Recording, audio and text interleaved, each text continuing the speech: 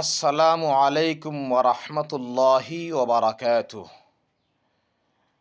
মোৰ ভাই ভনীসকল, যিসকলে আল্লাহ সুবহানাহু ওয়া তাআলাৰ লগত একমাত্ৰ মহব্বত আৰু প্ৰেম ৰাখিব বিচাৰিছে, নবী আলাইহিছ সালাতু ৱাছসালামৰ সুন্নতৰ ওপৰত আমল নহয়, কথাবোৰ তেওঁৰ নামানে, তেওঁলোকৰ কাৰণে সূৰা আল ইমৰানৰ আয়াত বিসমিল্লাহিৰ ৰহমানিৰ ৰহিম কুল ইন কুনতুম তুহিব্বুনাল্লাহা ফাত্তাবিউনি ইউহিব্বুকুমুল্লাহ ওয়া ইয়াগফির লাকুম যুনুবাকুম ওয়াল্লাহু গফুরুর রহিম।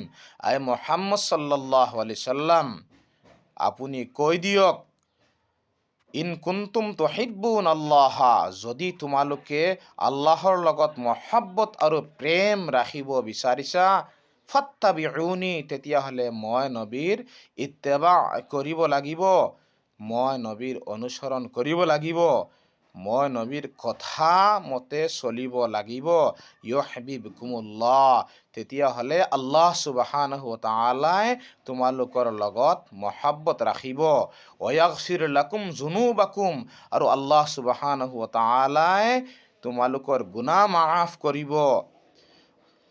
ওয়াল্লাহু গফুৰুৰ ৰহিম, নিশ্চয় আল্লাহ সুবহানাহু ওয়া তাআলা গুনাহ মাফ কৰণেৱালা জাত আৰু ৰহম কৰণেৱালা জাত।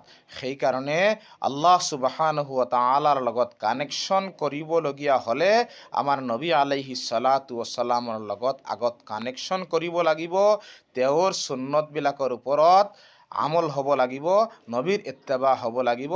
তেতিয়াহ'লে ইনশাআল্লাহ আল্লাহ সুবহানাহু ওয়া তাআলাৰ লগত আমাৰ কানেকশ্যন হৈ যাব।